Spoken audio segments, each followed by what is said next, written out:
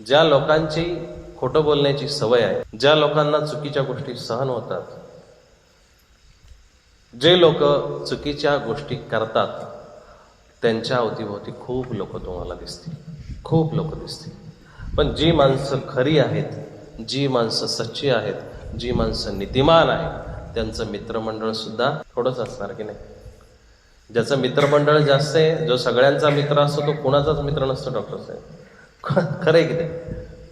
तुम्ही मला रिप्लाय केला होता. जो सगळ्यांचा मित्र असतो, तो कोणाचाच मित्र नसतो. नीट लक्षात घ्या. महाभारतामध्ये याचे खूप मोठे दाखले भेटतील आपल्याला. हळूहळू आता सगळे उलगाडे आपल्याला होतील. सगळ्यांना धर्मग्रंथ ऐकायचे.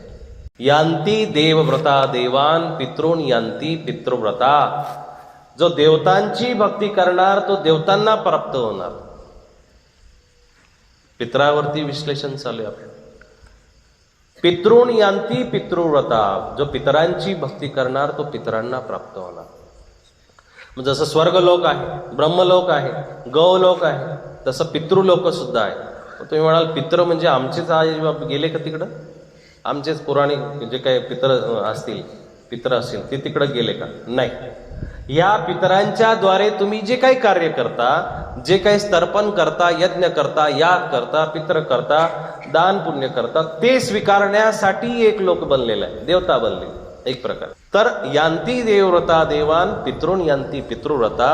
जो पितरांची भक्ती करेल तो पितरांना प्राप्त होईल. भूतानी यांती भूतेजा. जो भूतांची भक्ती करेल तो भूतांना प्राप्त होईल.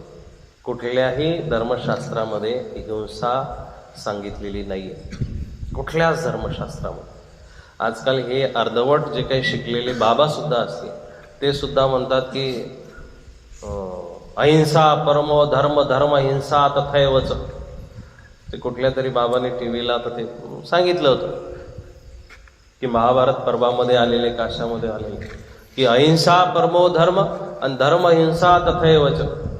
म्हणजे अहिंसा तर श्रेष्ठ धर्म आहेच, पण धर्म हिंसा तथैवच म्हणजे धर्मासाठी केलेली हिंसा ही हिंसा मानल्या जात नाही.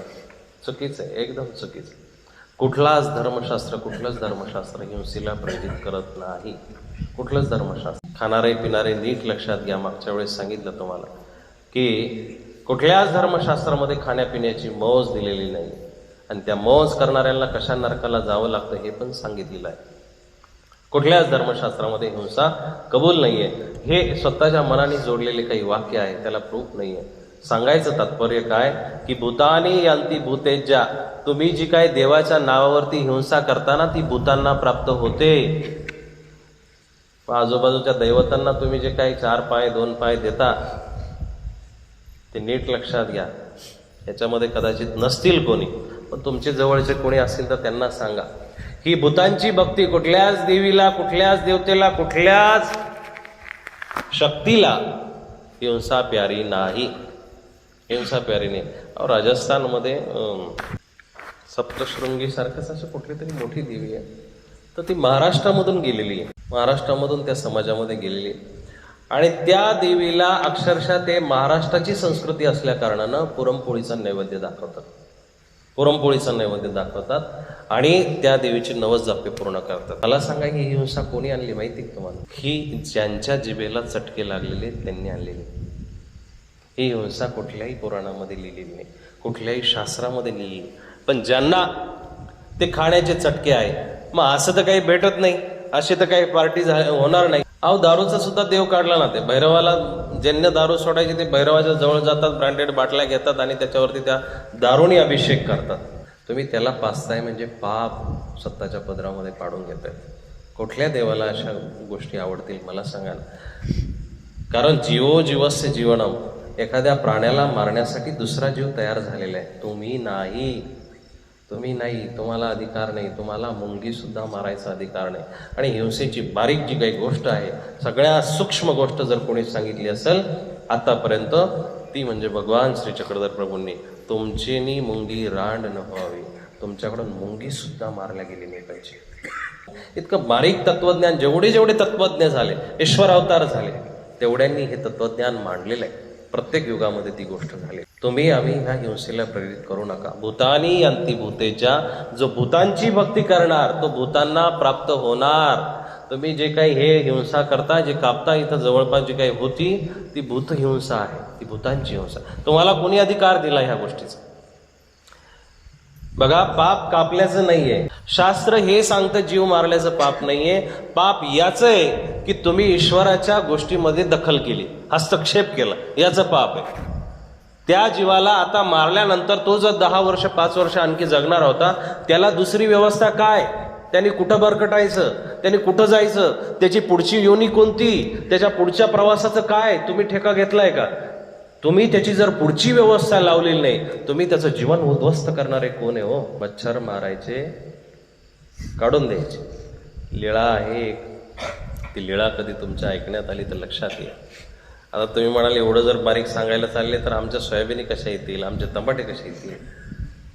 जेवढं टाळता येईल तेवढं टाळलं पाहिजे. बाकी स्वतःचा प्रश्न आहे. एखाद्या विद्यार्थ्याला आपण शाळेमध्ये आणून बसू शकतो, शाळेमध्ये त्याला धडाही शिकू शकतो, घ्यायचं किती, घरी किती वाचायचं, ग्रहपाठ किती करायचा आणि दुसऱ्या दिवशी मास्तरला किती दाखवायचं, हे ज्याच्या त्याच्या हातामध्ये. मी तुमचा एक सांगणारा मार्गदर्शक आहे. तुम्ही जितकं जपायचं तितकं जपा, जितकं नाही जपायचं, जिथं गरज आहे व्यावहारिक दृष्टीनं तिथं कुठलीही गोष्ट माप असते. पण ज्या ठिकाणी गरज नाहीये, विनाकारणाचीच गरज, साप निघाला आहो तो तुम्हाला काय खायला आला का? एखाद्याला चावला मग त्याच्यावर कदाचित मारू नये, पण मारलं तर ठीक आहे. पण न चावताच 2-4 जण लगेच शूरवीर समजतात स्वतःला. अहो तो खूप भित्रा प्राणी आहे ना. तुमचं पुरुषत्व तुम्हाला दाखवायचं असेल, पुरुषार्थ दाखवायचा असेल तर एखाद्या चांगल्या माणसासोबत लढा, हातपाय मोडून घ्या, तिथं पुरुषार्थ काहीतरी समजल.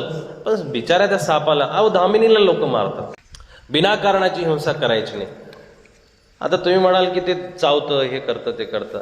4 वर्ष झाले आश्रमाला, 27 नाग पकडले. 27 आम्ही 27 नाग पकडले, रस्त्याच्या पलीकडे टाकून दिले. 2-4 जण असे अतिरेकी आले ते धरायच्या टायमाला, 1-2 जणांनी मारले, पण ते संध्याकाळी भाकर गोड लागली नाही. याचं भगवद्गीतेमध्ये उत्तर आहे. शुनी चैव श्वपाकेच पंडिता समदर्शिना. शुनी म्हणजे कुत्र, श्वपाक म्हणजे शूद्र, पंडिता म्हणजे पंडित माणूस. आणि प्राणी मात्रामध्ये जो समान दृष्टी ठेवतो तो खरा साधू, तो खरा भक्त, तोच खरा महानुभाव. आणि आज सांगितलं, हसत हसत केलेली गोष्ट उद्या रडत रडत फेडावी लागते. उद्या रडता रडताही फिटणार नाही. अहो त्या दिवशी कोणाचा तरी फोन आला की सांगितलं की 5 वर्षाचं लेकरू आहे आणि त्या 5 वर्षाच्या लेकराला कॅन्सर झाला. आई रडत होती बिचारी, बाप पण बोलत होता, सांगत होता 5 वर्षाच्या लेकरांनी काय पाप केलं म्हणून. आता तुमच्या दृष्टीने पोरग निष्पाप दिसते, किती सुंदर बसली आहे, मस्तपैकी चेहरा बघितला तर गाय एकदम नाही का, असं वासरासारखा चेहरा. आपल्याला ते लेकरू किती मयाळू वाटतं, प्रेमळ वाटतं. पण नाही दादा, आई गोष्ट अशी आहे की पाठीमागं कुठल्या तरी जन्मामध्ये असं कुकृत्य केलेलं आहे, दुष्कृत्य केलेलं आहे, असं काही पाप केलं आहे की आता 5व्या वर्षापासून फेडायला सुरुवात केली. 5व्या वर्षापासून अजून 50 घालायचे, 100 घालायचे असतील कदाचित, आणि तोपर्यंत दुःख यातना भोगाव्या लागतील. कारण पाठीमागून ते तशा पद्धतीने आलेले. एक प्रकारची शिदोरी त्यांनी ती बांधून घेतलेली. आणि मग आता सोडल्यानंतर लक्षात आलं भाजी तर विटली आहे, सडली आहे, भाकरी तर खराब झाल्या आहे, फडक्याचा वास यायला लागला. पण आता काहीच हरकत नाही, कारण जवळपास कुठंच तुम्हाला आता भाकरीचा पत्ता नाही. पण जी आहे तीच खावी लागणार, जी आहे तीच स्वीकारावी लागणार, जे आहे तेच आपल्याला फेडावं लागणार. आई वडील रडत होते, 5 वर्षाचं लेकरू, बाबा काय पाप केलं असेल त्याने. म्हटलं तुम्हालाही प्रेमळ दिसतंय, तुम्हाला गोजरवाणं दिसतंय, मला पण दिसतंय 5 वर्षापासून ते खूप सुंदर आहे.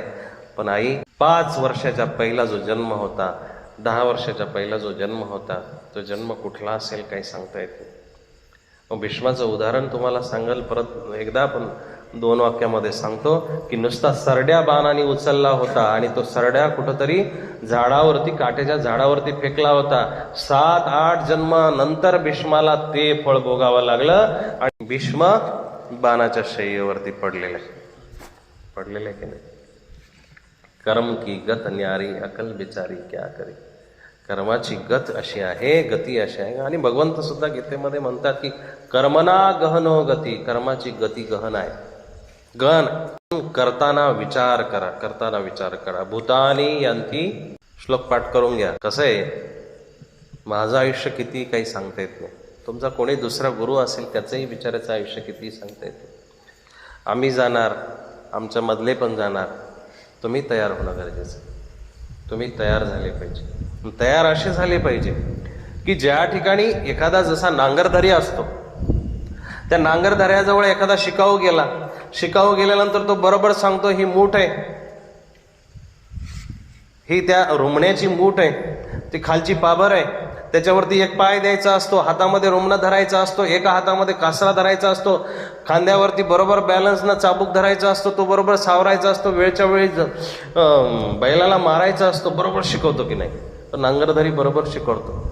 पेरायचे दिवस आले, बरोबर मूठ धरली, त्या नवशिक्याला हातामध्ये घेतलं, हे बघा ही मूठ आहे, याच्यामधले 3 बोटं ढिल्ले करायचे असतात, 2 दाबून धरायचे असतात, पूर्ण मूठ सोडायची नसते, पूर्ण दाबून पण धरायची नसते, 3-3 दाणे मापात गेले पाहिजे.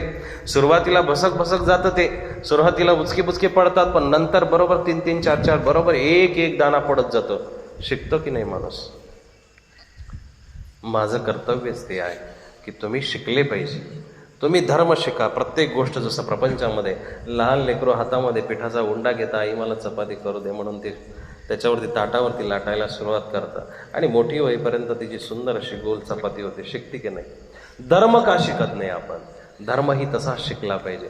धर्मही त्याच पद्धतीनं, जर एखादा तुम्हाला शेजाऱ्याने पाजाऱ्याने अन्य व्यक्तीनं प्रश्न विचारला की बाई ह्या पद्धतीनं याचं उत्तर काय, तोडकं मोडकं तरी सांगता आलं पाहिजे. आणि तोडकं मोडकं नाही, चांगलं तरी सांगता आलं पाहिजे ना. याच्यामध्ये आपला हात पाठीमागं राहता कामा नये.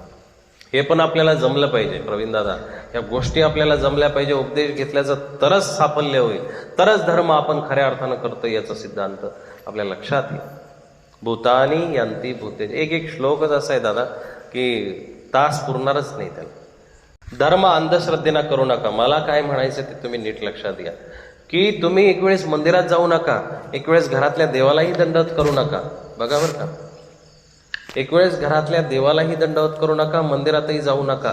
तुमची इच्छा नसेल तर काही करू नका, पण इच्छा जागृत करा आणि तो धर्म समजून घ्या, पण त्यानंतर खंड करू नका. तुम्हाला ज्यावेळेस इच्छा नाहीये, ज्यावेळेस तुम्हाला समजलेला धर्म नाहीये, त्यावेळेस तुम्ही करू नका.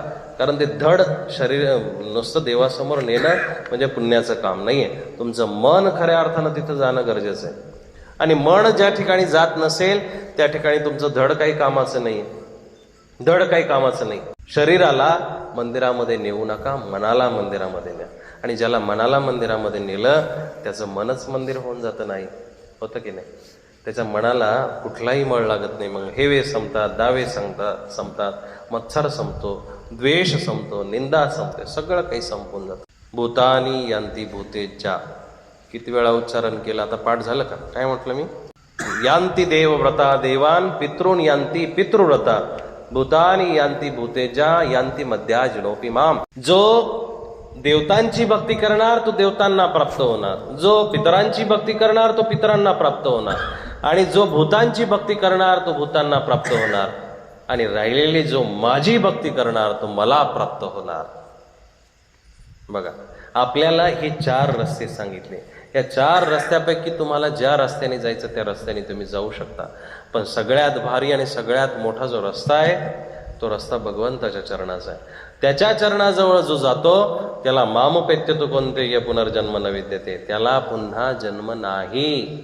सगळा खटाटोप पुन्हा जन्माचा आहे. पुनरपी जननम पुनरपी मरणम याचा खटाटोप आहे की आपलं हे संपलं पाहिजे. मंदिरात देवासाठी ह्यासाठी कधीच जायचं नाही की आमचं घरदार व्यवस्थित चालू दे, लेकरबाळ व्यवस्थित होऊ दे, लग्नकार्य व्यवस्थित होऊ दे, प्रपंच व्यवस्थित होऊ दे, पीकपाणी व्यवस्थित होऊ दे. नाही, सगळं व्यवस्थित आहे म्हणून मंदिरामध्ये जायचं. लक्षात घ्या, सगळं व्यवस्थित आहे. लाख करोडी काया दिनी अंग अंग अनमोल. अरे लाखो करोडाचं शरीर एवढं चांगलं दिलेलं आहे, मग व्यवस्थित नाही का तुमचं? काय बिघडलं होते देवाने?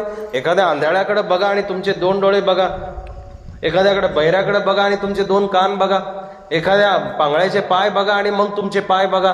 सगळं व्यवस्थित दिलंय की नाही देवाने? मग एवढं सगळं व्यवस्थित दिलेलं असताना सुद्धा आपण कशामध्ये जगतो? कुठल्या अहंकारामध्ये जगतो? कुठल्या व्यवस्थेमध्ये जगतो? आणि मग एवढं सगळं दिले असल्या कारणानं सुद्धा आपल्याला परमात्म्याला धन्यवाद देण्यासाठी मंदिरात जायला काय अडचण आहे? काय अडचण? मंदिरामध्ये जर गेलो तर सगळ्यात महत्वाची आपल्याला परमात्म्याला हीच प्रार्थना करायची आहे की हे देवा, जे दिलंय ते संपू नये, ठीक आहे, अडचण काही नाही, पण जेवढं दिलंय त्याच्याबद्दल खूप खूप धन्यवाद, खूप काही धन्यवाद. अहो समाजामध्ये 4 माणसासमोर इज्जतीनं उभं राहतोय, 4 माणसासमोर आपण आपल्या शब्द खाली पडल्या जात नाही, यापेक्षा मोठी धन्यता काय असावी? आपलं लेकरू तरी कमीत कमी आपलं ऐकतं, याच्यापेक्षा मोठी धन्यता काय ऐकावी असावी?